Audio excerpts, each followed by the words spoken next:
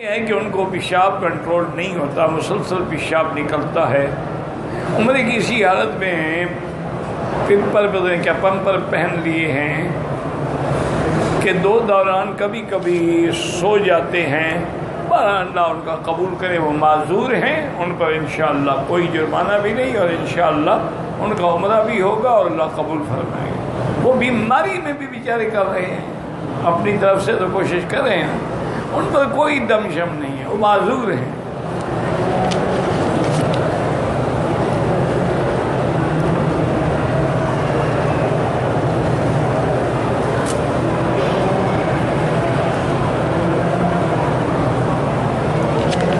امام گھر کر کے سنت عمل کیا، لیکن آج بھی کہتے ہیں کہ آج بھی بہت سارے لوگ ہیں جو 20 تراویحوں کا انکار کرتے ہیں۔ میرا بھائی دعا کرو، اللہ تعالیٰ آپ سب کو ہدایت عطا فرمائے۔ اور جس دور سے اور جس وقت سے ہم گزر رہے ہیں نا، یہ وقت ایسا نہیں ہے کہ ہم فروعی مسائل میں اختلاف کریں، اصول میں اختلاف ہوتا ہی نہیں۔ اچھا، فروع میں مجتہدین کے اندر اگر اختلاف ہے، سب موجود ہیں، سب کو اللہ اجر دیں گے، سب کا اللہ اجر قبول کریں گے، لیکن جمہور کا فتویٰ یہی ہے کہ 20 رکعت تراویح۔ حضور کے زمانے سے لے کر آج تک بھی حرمین الشریفین میں ہمیشہ 20 تراویح پڑھائی گئی۔ اس میں نہ کوئی شبہ ہے، نہ اس میں کوئی انکار ہے۔ اس پہ الحمدللہ یہاں کے بڑے بڑے علماء نے باقاعدہ کتابیں لکھی ہیں جن نے ثابت کیا ہے کہ حرمین الشریفین میں کبھی 8 رکعتیں نہیں پڑھی۔ باقی جو پڑھتے ہیں ان پہ بھی اعتراض نہ کرو، اللہ تعالیٰ ان کے بھی قبول فرمائے۔ اصل وہی بات ہے کہ سمجھ کے اندر بعض اوقات ایک ہی لفظ ہوتا ہے لیکن سمجھ نہیں آتی۔ وہ بھی بیچارے یہ نہیں ہے نعوذ باللہ کوئی غلط کر رہے ہیں، لیکن ان کی سمجھ یہی ہے کہ بھی حدیث میں 8 رکعتیں۔ بعض اوقات یہ ہوتا ہے، دیکھو نا، اصل وجہ یہ ہے کہ ٹھنڈے دل سے آپ دیکھیں کتاب الصلاۃ آپ کھولیں، تمام سنن ہیں، مصنفات ہیں، مسندات ہیں، مراسیل ہیں، سارے باب کو پڑھیں۔ یہ نہیں ہے کہ ایک حدیث پڑھ لی اور دوسری نہ پڑھی۔ جب تک سارے احادیث پر نظر نہیں ہوگی اس وقت تک آپ فیصلہ نہیں کر سکتے۔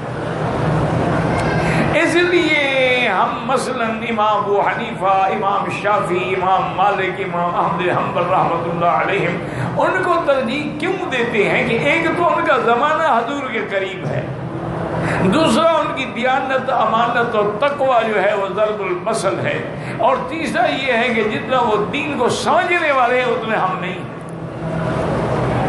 تو لہذا ہم نے ان کی بات کو، ان کے اقوال کو ترجیح دی ہے بجائے اس کے کہ ہم خود اپنی رائے پہ عمل کریں۔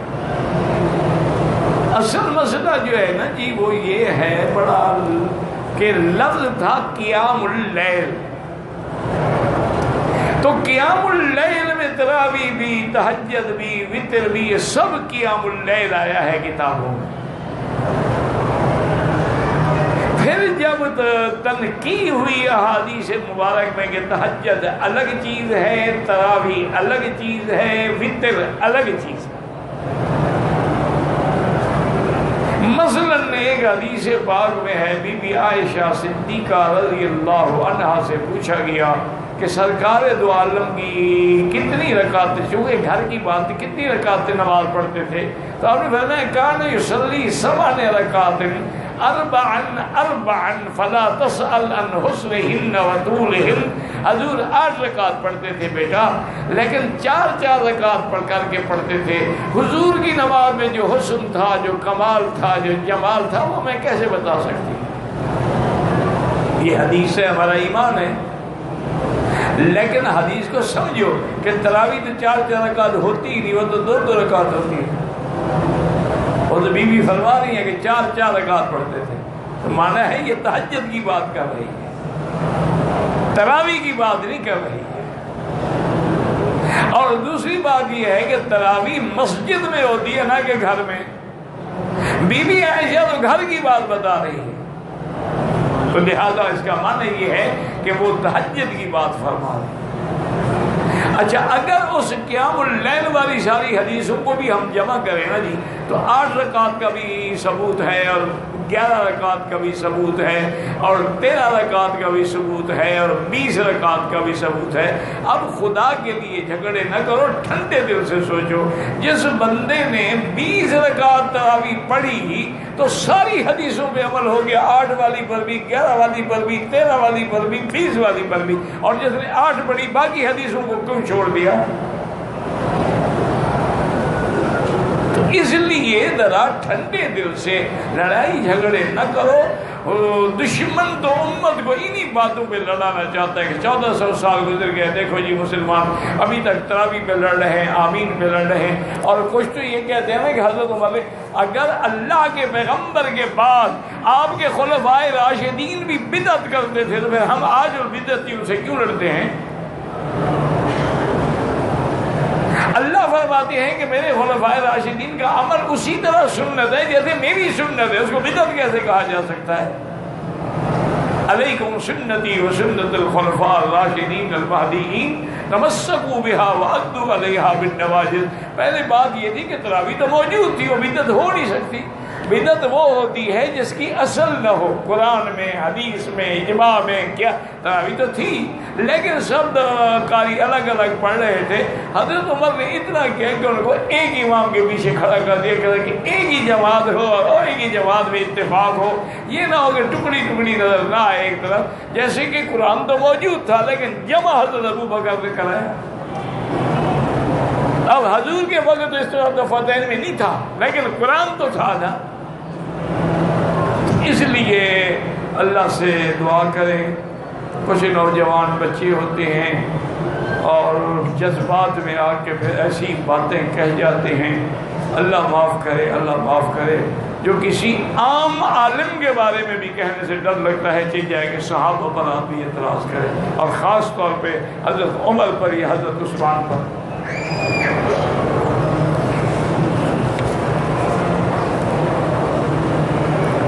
کہتا ہے جی کہ میں جو پتہ ہے کیا ہے، جمعہ سے پہلے 4 رکعتیں جو ہیں ابھی وہ سنت موقدہ ہے. یعنی معنی یہ ہوتا ہے کہ اگر نہ پڑھ سکو تو نماز کے بعد پڑھیں. اگر مرض کی وجہ سے کرسی پہ بیٹھ کے پڑھے وہ بھی جائز ہے. کھڑا ہو سکتے ہو تو کوشش کرو. اگر ایک آدمی معذور ہے تو کیا کرے؟ اشارے سے بھی جائز ہے.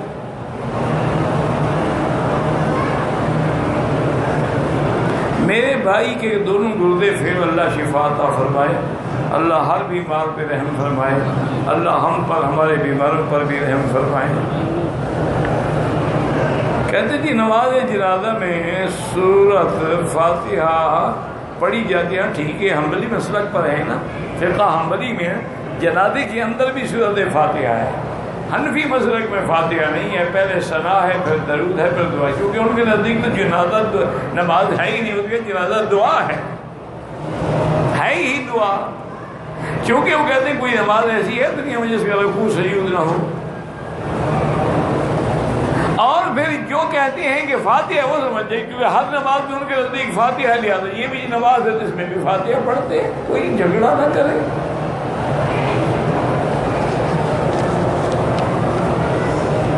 انگریز ہمارا دشمن تھا لیکن بڑا دانا دشمن تھا، بدبخت. اب بھی ہے. انڈیا میں ایک علاقے میں 2 مولویوں میں جھگڑا ہو گیا.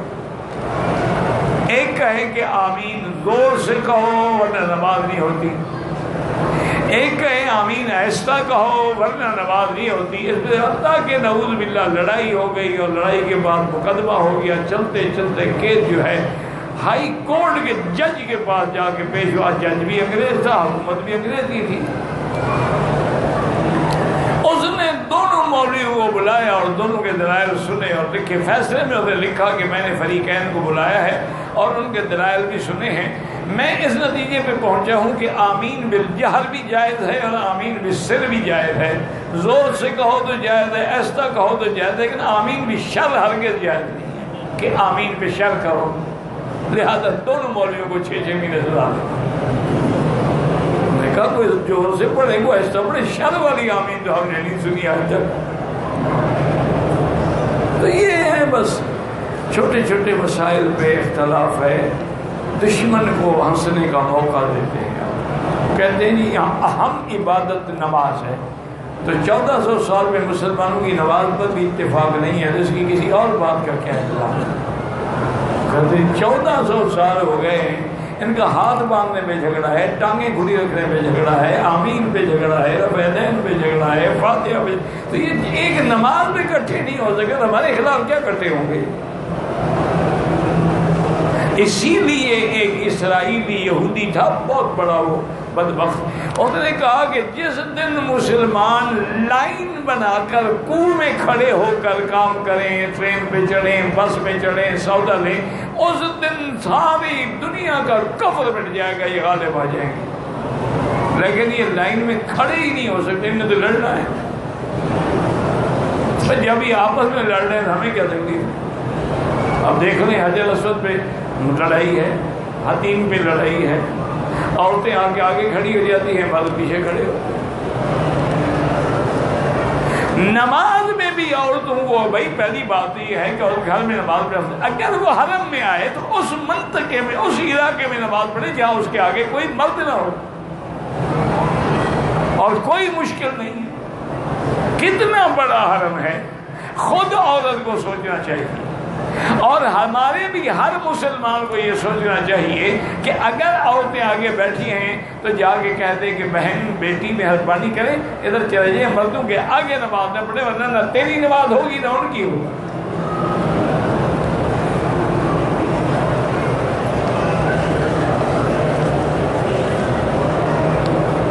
حج کے ایام میں اگر پاؤں کی اوپر والی ہڈی نظر نہ آئے، دم آتے وقت نہیں، دم تو نہیں آئے گا، چونکہ بعض ائمہ فرماتے ہیں کہ 2 ٹخنے اگر نظر آئیں جوتے میں تو تب بھی دم نہیں پڑے گی، لیکن امام صاحب فرماتے ہیں کہ چونکہ لفظ عزم کا ہے تو یہ اوپر والی ہڈی بھی کھلی ہونی چاہیے۔ دیکھو نا، باقی پاؤں ڈھانکنے کا تو کوئی منع نہیں ہے نا، ٹخنے ظاہر ہوں، چونکہ ٹخنے اوپر نکلے ہوئے ہیں، مانا ہے کہ ہر وہ چیز جو اوپر نکلی ہوئی ہے اس کو نہیں ڈھانکنا چاہیے۔ حج کے ایام میں مزدلفہ فجر کی نماز کے بعد یا طلوع آفتاب کے بعد مینا جانا چاہیے۔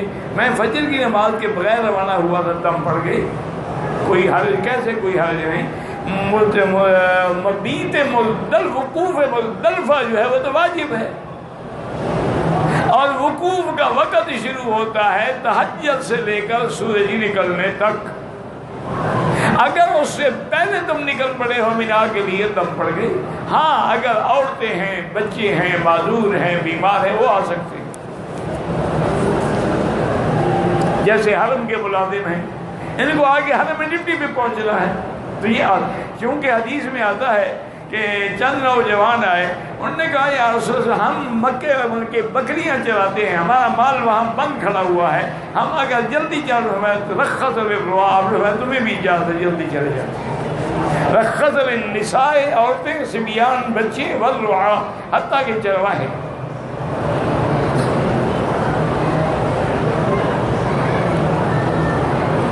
اگر کوئی شخص بلا احرام صرف طواف کرتے ہوئے 3 چکر پورے کر کے حدود سے باہر چلا جائے تو اس پر انشاءاللہ دم بھی واجب ہے، عمرہ بھی واجب ہے، اور ایک نیا مسئلہ بنایا ہے کہ 3 چکر سے کام ہو جائے گا۔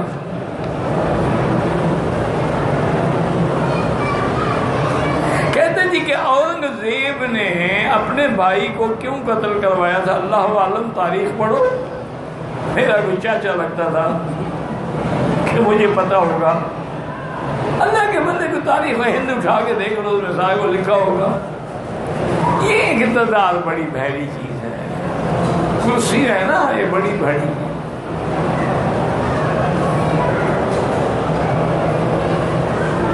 کلونجی کس چیز کا نام ہے؟ بسروں کا بیج جو ہے اس کو کلونجی کہتے ہیں۔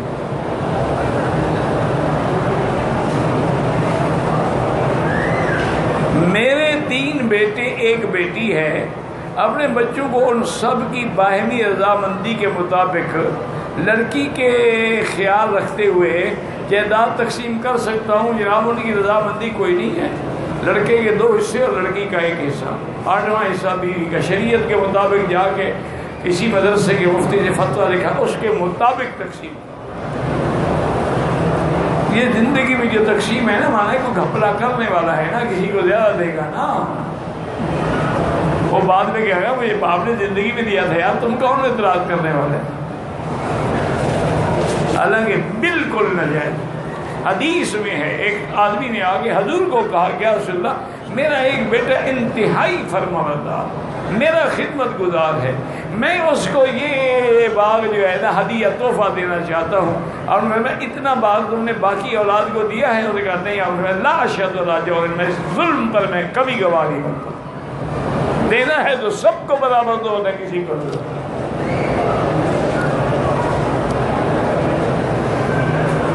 ممیری ہے وہ کچھ سرما ہوتا ہے بھائی، کوئی بوٹی ہے اس سے بناتے، حکیموں سے پوچھو نا۔ نفلی طواف کے بعد پتہ چلا کہ پاؤں سے تھوڑا خون نکلا تھا، اللہ قبول کرے۔ احتیاط اسی میں ہے کہ ایک دفعہ پھر طواف کر دو دوبارہ، چونکہ نفلی طواف بھی جب آدمی شروع کر دے تو واجب ہو جاتا ہے۔ انشاءاللہ ہو گیا اللہ کی رحمت سے، لیکن بہتر یہی ہے اگر مکے میں ہو ایک دفعہ پھر کر دو۔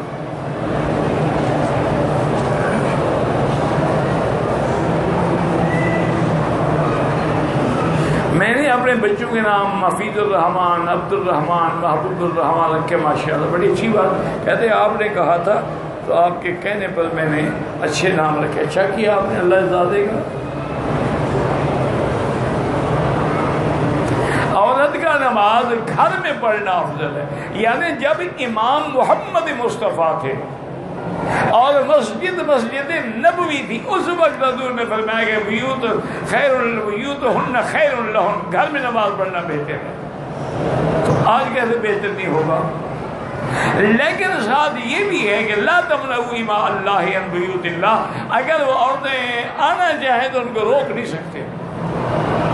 وہ کہے میں نماز پڑھوں گی حرم، پھر رہنا پڑے گا۔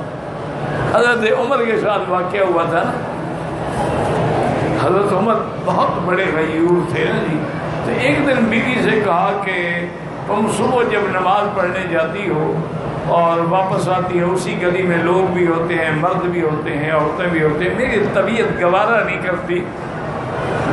انہوں نے کہا عمر یہ اگر مگر والی بات نہ کرو، مجھے حکم دو کہ مت جاؤ مسجد، تم میرے شوہر ہو، میں تمہارے حکم پر نہیں جاؤں گی۔ انہوں نے کہا حکم تو میں بھی نہیں دے سکتا، کہ حضور نے فرمایا کہ منع نہ کرو۔ انہوں نے کہا اچھا حکم تم نہیں دے سکتے نا، تو مسجد میں بھی نہیں چھوڑ سکتی، میں جاؤں۔ حضرت عمر نے ہیلا کیا کہ نماز غلس میں ہوتی تھی نا اول ٹائم میں، تو گلیاں بھی اس وقت چھوٹی تھی نا، تو اب ماشاءاللہ مدینہ منورہ جو ہے وہ حقیقی معنی میں منور ہو گیا، اللہ حکومت سعودی کو جزا دے، ورنہ تو اتنی گلی ہوتی تھی جس سے نکل کے آدمی جنت البقیع غرقد کی طرف جاتے تھے، یعنی 2 آدمی کٹھے نہیں گزر سکتے۔ حضرت عمر ایک مکان کی آڑ میں چپ کر کے کھڑے ہو گئے، جب بیوی گزری نہ تو اس کی پشت کو ہاتھ لگا کے گھٹ گئے۔ دوسرے دن صبح کی نماز کے لیے آپ چلے گئے، بیوی نہیں گئی، واپس آئے تو آپ نے فرمایا اللہ کی بندی آج تم نہیں گئی نماز پڑھنے؟ کہا عمر کیا پوچھا، الناس الناس، جب لوگ اچھے تھے تو میں جاتی تھی، اب تو لوگ چھیڑتے ہیں، ہاتھ لگاتے ہیں، اس لیے میں نے جانا چھوڑ دیا۔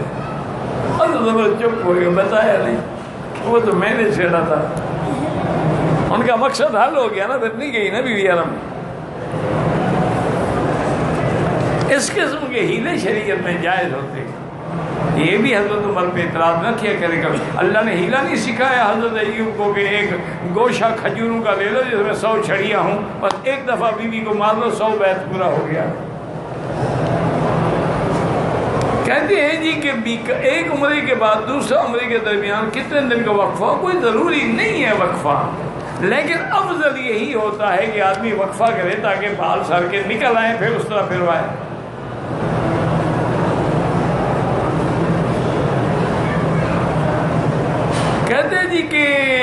مدینے کی مسجد جہاں میقات لکھا ہے، جیلان کے بحر میقات لکھا ہے، میقات یہ میقات ہے بطور ہل، وہ میقات ہے یعنی جو حضور نے 5 میقات مقرر کیے ان میں سے وہ میقات ہے۔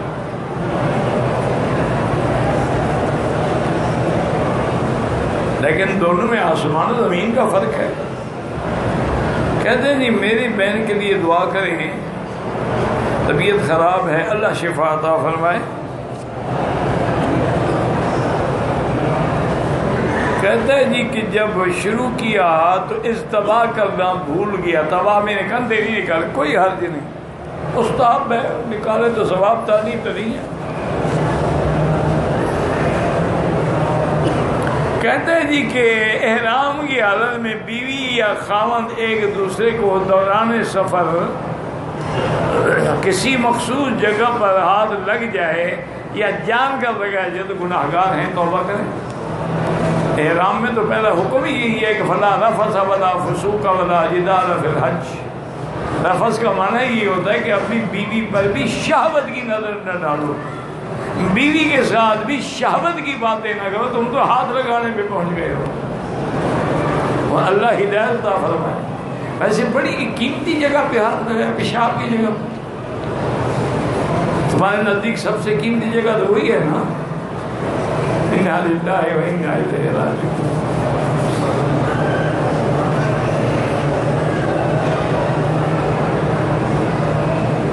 ایک بھائی نے طلاق ایک دن رکھ لی، دوسرے دن لکھی، طلاق کا کاغذ بھی دے دیا، طلاق ہو گئی، ایک دن لکھ کے رکھ لی، دوسرے دن دے دی، طلاق تو دے دی نا۔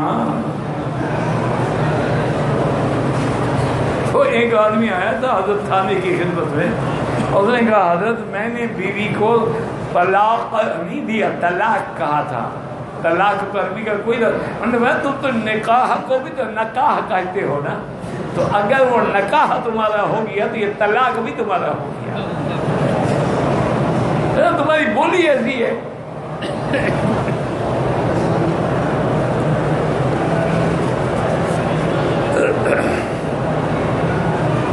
ہم شادی کرنا چاہتے ہیں لیکن لڑکی کے گھر والے نہیں مانتے، تو تم میرا بھائی وظیفے سے کام نہیں ہوتا، پیسے شیسے اکٹھے کرو، 2-4 لاکھ روپے کا ہدیہ پیش کرو، دیکھو مانتے نہیں مانتے۔ وظیفے پوچھتا پھر، وظیفے سے کچھ بھی نہیں ہوتا،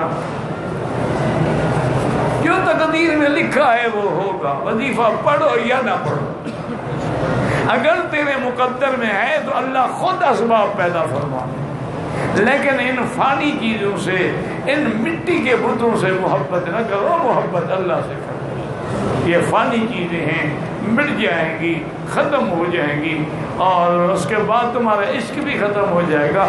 اس سے عشق کرو جس میں فنا ہی کوئی نہیں۔ ہم لوگ ادھار پیسے مانگے، ان کو دینے کی نیت نہ ہو تو کس طرح ہم جواب دیں؟ یہی تو مجبوری ہے بس، اور کیا۔ کوئی گلے میں تمہیں رسد نہیں ڈال دے گا، ایک آدمی ادھار مانگتا ہے اور تمہیں اندازہ ہے کہ نہیں لوٹائے گا، بس کیا تبھی میری مجبوری، میں ابھی نہیں دے سکتا۔ یا اس کو کہو تم فلاں آدمی کو ضامن لے آؤ، تمہاری ضمانت دے پھر میں دوں گا، تاکہ تمہارے پیسے تو محفوظ ہو جائیں۔ تو اگر اس کو لوٹانے کی نیت ہے تو ضامن لے آئے گا، ورنہ آئے گا نہیں، انشاءاللہ جان چھوڑ جائے گا۔ اور کسی آدمی کے پاس نے کہا جی کہ دوست کو آزمانا ہو تو کیسے آزمائیں؟ اس نے کہا اگر تمہارا دوست بڑا آدمی ہے تو قرضہ مانگ لو، اور غریب ہے تو قرضہ دے دو۔ کیوں؟ انہوں نے کہا جب بڑا آدمی قرضہ نہیں دے گا تو اس کی خود کو ختم ہو جائے گی نا، اور غریب کو دو گے تو انشاءاللہ واپس نہیں کرے گا، تو جان تو چھوٹ جائے گی نا۔ کہتے ہیں جی کہ آب زمزم کا پانی پینے کے علاوہ یعنی غسل کا کر سکتے ہیں، ہر پانی ہے، لیکن اگر دوسرا پانی ملتا ہو تو آدمی بے ادبی کیوں کرے؟ ورنہ تو پانی ہے، غسل بھی کر سکتے ہیں، ہر چیز کر سکتے ہیں۔ میں آپ کے لیے، آپ کی گھر والی کے لیے دعا کروں، اللہ آپ کی رضائے خیر دے۔ اس بیچاری کے لیے بہت بڑا امتحان ہو گیا ہے، کیونکہ عمر زیادہ ہو، وزن زیادہ ہو، چوٹ لگ جائے، پھر بندہ، یہ تو شکر ہے کہ فریکچر نہیں ہوا، ورنہ اس عمر میں اگر ہڈی ٹوٹ جائے تو پھر مسئلہ ہوتا ہے.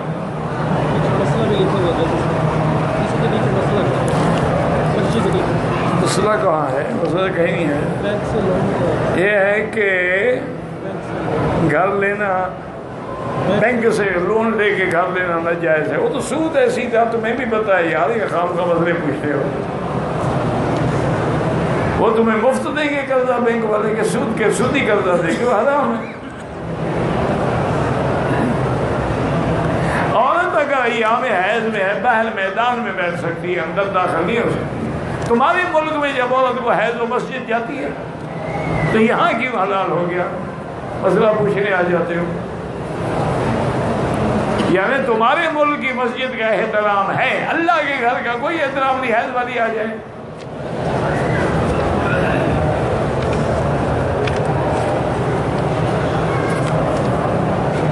خاوند نے اپنی بیوی کو دودھ میں زہر دے کے ہلاک کر دیا. اس کے باپ نے قاتل بیٹے کو جائیداد سے آگ کر کے اس کا حصہ پوتوں کو دے دیا. یہ تو غلط ہے. خاوند کو قتل کی سزا ملے گی اور آگ نہیں کر سکتا ہو. خاوند اولاد بری ہو یا اچھی ہو، آپ اس کو محروم نہیں کر سکتے جائیداد سے.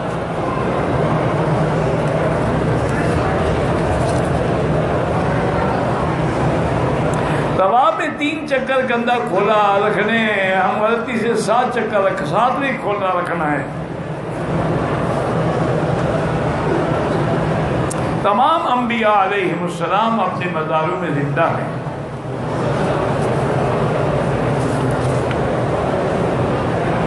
کہتے ہیں جی مسجد حرم میں نمازی کے آگے نہیں گزرنا چاہیے. مرحومین کے ثواب کے لیے اگر ہم فاتحہ پڑھ کے قرآن پڑھ کے بخشیں انشاءاللہ ان کو ثواب دیں گے، لیکن خود پڑھو، کرائے پر نہ پڑھواؤ. دعا سیدھی اللہ سے مانگیں جو حضور نے ہمیں سکھائی ہے. ربنا آتنا فی الدنیا حسنۃ وفی الآخرۃ حسنۃ وقنا عذاب النار. اسی لیے تو سکھائی ہے تاکہ تمہیں مسئلہ سمجھ آئے جائے کہ مانگنا صرف اللہ سے ہے.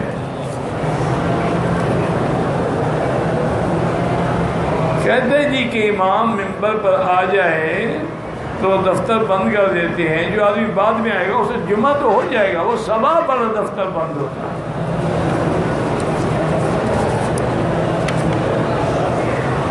صفا مروہ میں بال کاٹنا درست ہے، ہم بالکل کاٹ نہیں، مروہ پہ چاہیے. سنت تو یہی ہے، ورنہ سارے مکے میں بھی کاٹ سکتے ہیں. اصل سنت یہی ہے کہ مروہ پہ جب ختم کرے تو وہیں بال کٹوائے. میں جو کام کرنا چاہتا ہوں میرے لیے مجھے نہیں ملتا ہے، استخارہ کرو اور استغفار پڑھو. میری عمر کم ہے، گروپ میں محرم بن کے آتا ہوں، بالکل حرام ہے، کم ہو یا زیادہ ہو. یہاں لوگوں کے فرضی محرم بن رہے. انا للہ و انا الیہ راجعون. داڑھی منڈانا گناہ کبیرہ ہے اور بار بار منڈانے والا فاسق و فاجر ہو جاتا ہے.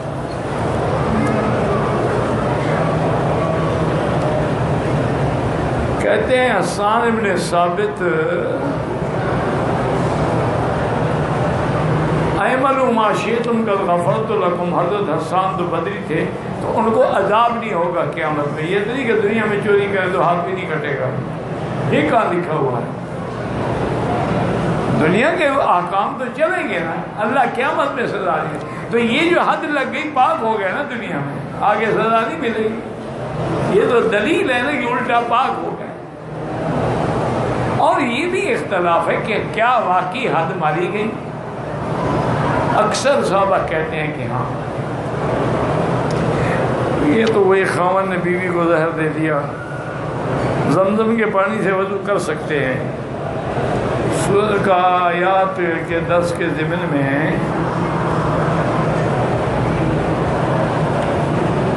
کہتے ہیں جی کہ جیسے سراقہ بن کے شیطان آیا تھا، آج کل بھی انسان کی شکل میں آ سکتا ہے، بالکل آ سکتا ہے.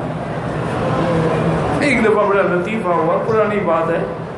میں درس کے بعد تھک کے بیٹھا تھا، اذان ہو گئی عشاء کی، اور ایک حاجی صاحب سر ہو گئے. کہتے ہیں جی مجھے یہ بتائیں کہ ابلیس کی شکل کیسی ہے. میں نے کہا مجھے کیا پتا، ابھی میں نے نہیں دیکھا. نہیں حضرت مہربانی کریں مجھے بتائیں. میں کیا مجھے آپ کی شکل میں لگتا ہے. وہ پھر چپ کر کے بھاگا وہاں سے. میں نے کہا شیطان انسانوں میں بھی ہوتے ہیں، جنوں میں بھی ہوتے، تم بھی تو شیطان ہو سکتے ہو. من الجنۃ والناس. اللہ کے بندے جب قرآن کہتا ہے انہ یراکم ھو وقبیلہ من حیث لا ترونہم، وہ دیکھتا ہے تم نہیں دیکھ سکتے، تو ہمیں کیا پتا بدبخت کی شکل کا.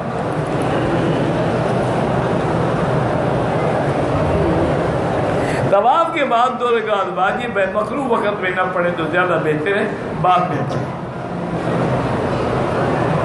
دوسرے کی طرف سے طواف کے انشاءاللہ قبول کریں گے، اس کو بھی اجر ملے گا، تمہیں بھی ملے گا. طواف پہلے چکر کے بعد ہر چکر میں ہاتھ یہاں پہ، ہر چکر پر اشارہ کرنا ہے. بوسہ تب دینا ہے جب حجر اسود کو ہاتھ لگ جائے. صفا مروہ کے بعد کوئی 2 رکعت نہیں ہوتی ہے، تو لوگوں نے ویسے شکرانہ بنا رکھا ہے. تمام انبیاء اپنے قبروں میں زندہ ہیں، بالکل روح نہ ہو تو زندگی کیسی پھر. بالکل اللہ تبارک و تعالیٰ کے فرشتے درود پہنچاتے ہیں. اسی لیے تو آپ نے فرمایا کہ جمعہ کے دن مجھ پر زیادہ درود پڑھا کرو کہ پیش ہوتے ہیں مجھ پر. زندہ نہ ہوں تو پیش کیسے ہوتے ہیں.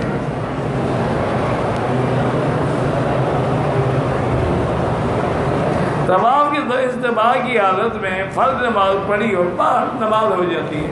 سر پر کپڑا سر پر بھی نہیں رکھنا چاہیے، رکھ لیا تب بھی کوئی حرج نہیں.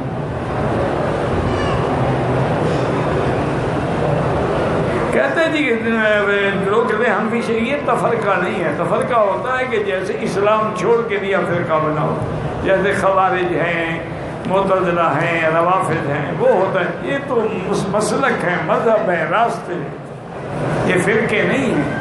تمہیں آج دیکھیے پتہ نہیں کہ مذہب کس کو کہتے ہیں، فرقہ کس کو کہتے ہیں. احرام باندھنے کے بعد میقات شروع ہونے سے پہلے جسم سے بال نکال دیے کچھ نہیں ہوتا، ایک بال سے کچھ نہیں ہوتا. صفا مروہ میں اجتماع نہیں ہوتا، جائز ہی نہیں ہے. کیسے ہوتا ہے کیا بات؟ جب نہیں، جہاں سنت ہے کرو، جہاں نہیں ہے نہ کرو. امام کے پیچھے حنفی ہے تو فاتحہ نہ پڑھے اور شافعی ہے تو پڑھا کرے. ہم تو کسی سے نہیں لڑتے بھائی. جو لوگ فوت ہو گئے ہمارے عزیز و اقارب، ان کے لیے بڑا طواف کر سکتے ہیں. واللہ اعلم.